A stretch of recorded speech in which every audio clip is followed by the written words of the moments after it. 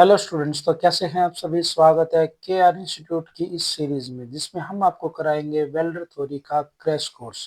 तो आज का chapter number 21 gas metal arc welding होने वाला है, जिसको हम GMAW के नाम से भी जानते हैं, मिग मैग वेल्डिंग के नाम से भी जानते हैं। तो आज का अपना टॉपिक रहेगा गैस मेटल आर्क वेल्डिंग का परिचय।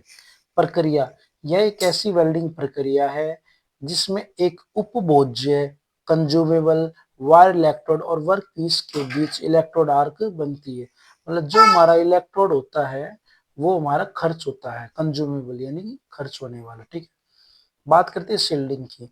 वेल्डिंग गन के माध्यम से शील्डिंग गैस छोड़ी जाती है, यानी गन यानी कि टॉर्च। ठीक है, जो वेल्ड क्षेत्र को वायुमंडलीय प्रदूषकों से बचाती शील्डिंग गैस होती है।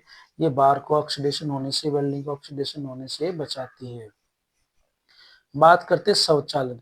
यह प्रक्रिया सेमी एटॉमिक, यदि वेल्डर गति और दिशा नियंत्रित करे तो यह पूरी तरह ऑटोमिक जैसे रोबोटिक में हो सकती है। मतलब इसमें दो तरीके का होता है, सेमी ऑटोमिक और फुल ऑटोमेटिक। जो सेमी ऑटोमेटिक होते हैं उसे वेल्डर अपनी गति और दिशा नियंत्रित करते हैं, और ऑटोमेटिक में क्या है, रोबोट ही सारी स्पीड की, गति, दिशा सब कुछ वो खुद ही करते हैं।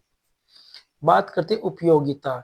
इसे स्टील और नॉन फेरस धातुओं जैसे एल्यूमिनियम की तेज और कुशल वेल्डिंग के लिए पसंद किया जाता है। किसको? गैस मेटल आर्क वेल्डिंग को। एक नंबर में क्वेश्चन आता है भाई, मुख्य उपकरण इक्विपमेंट। वेल्डिंग गन से control switch, trigger, contact tip, अक्सर तांबे की गैस नोजल और वायर कुंडिट होता है। इसके अंदर भाई क्या है, जो हमारी गैस नोजल है, कंट्रोल स्विच, ट्रिगर, ये क्या है, हम अक्सर तांबे की पाई जाती है। ठीक है, welding gun. Wire feed unit, यह इलेक्ट्रोड वायर को एक समान गति से कॉन्टैक्ट टिप तक पहुंचाती है, यानी कि वो ऑटोमेटिक रहती है। जैसी वेल्डिंग हम यूज करते हैं तो ऑटोमेटिक वायर चलना, वायर का जो रोल है वो स्टार्ट हो जाता है और हमारी जो इलेक्ट्रोड कंटिन्यू चलती रहती है वायर। ठीक है। पावर सप्लाई, इसमें अधिकतर कांस्टेंट वोल्टेज यानी कि सीवी, ये भाई एक नंबर में फुल फॉर्म आ जाती है। सीवी की फुल फॉर्म क्या है? Constant voltage. पावर स्रोत का प्रयोग होता है जो आर्क की लंबाई स्थिर बनाए रखने में हेल्प करता है, मदद करता है। ठीक है भाई। इलेक्ट्रोड और गैस, धातु के प्रकार के अनुसार इलेक्ट्रोड वायर, शील्डिंग गैस जैसे आर्गन CO2 या उनका मिश्रण का चयन किया जाता है। कब? जब हम इलेक्ट्रोड से गैस का किस प्रकार चयन होता है वेल्डिंग के टाइम पे, आर्गन का, CO2 का और उसके मिश्रण का। ठीक है, नेक्स्ट टॉपिक पे चलते हैं। धातु स्थानांतरण की विधि यानी कि मेटल ट्रांसफर मोड्स। भाई मेटल किस किस से ट्रांसफॉर्म होता है? शीट पे, जैसे कि शॉर्ट सर्किट, ग्लोबुलर, स्प्रे और प्लस स्प्रे। ठीक है, बात करते हैं शॉर्ट सर्किटिंग की। कम ताप होना चाहिए इसके लिए, कम करंट पर करती है, पतली शीटों और सभी वेल्डिंग पोजीशनों के लिए उपयुक्त। कौन सी? Short circuiting. ठीक है। ग्लोबुलर, इसमें धातु की बड़ी बूंदें गिरती हैं, यानी कि बड़ी बूंदें, यानी कि जैसे इसमें छोटी छोटी गिरती है, इसमें बड़ी बूंदें गिरती हैं। यह सस्ती CO2 गैस का उपयोग करती है, लेकिन इसमें छींटे स्पैटर अधिक होती है, क्योंकि मोटी मोटी बूंदें होंगी तो स्पैटर भी हमारे अधिक होंगे। बात करते हैं स्प्रे की। इसके अंदर उच्च वोल्टेज होना चाहिए और करंट भी हाई होना चाहिए। इसमें बारीक बूंदे स्प्रे की तरह गिरती हैं, जिससे वेल्ड की गुणवत्ता बहुत अच्छी होती है। स्प्रे सबसे बेस्ट माना जाता है। ठीक है भाई। बात करते हैं पल्स्ड स्प्रे।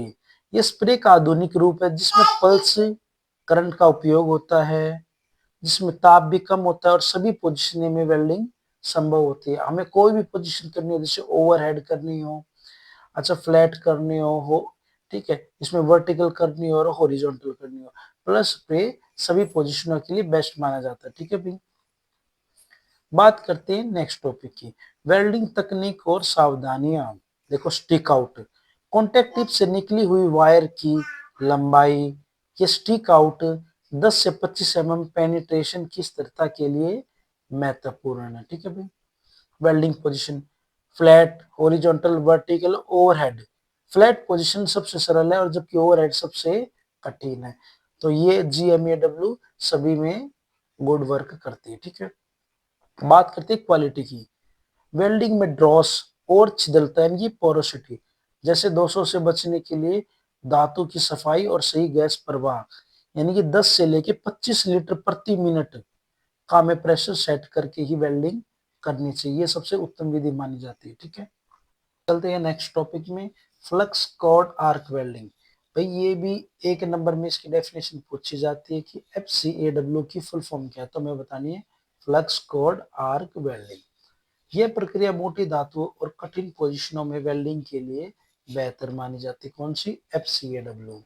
इसमें ट्यूबुलर इलेक्ट्रोड के भीतर जो मौजूद फ्लक्स होता है ना, वो आर्क के संपर्क में आकर वेल्ड पोकरी को सुरक्षा प्रदान करता है, जिससे बाहरी गैसें की आवश्यकता कभी नहीं होती। ठीक है, बात करते हैं सेफ्टी की।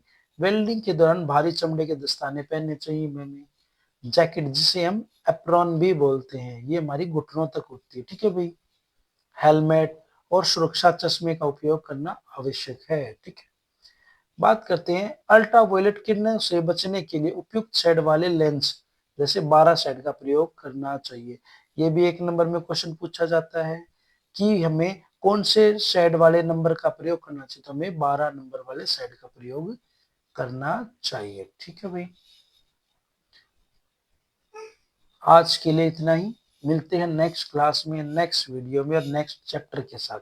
Thank you, all the best.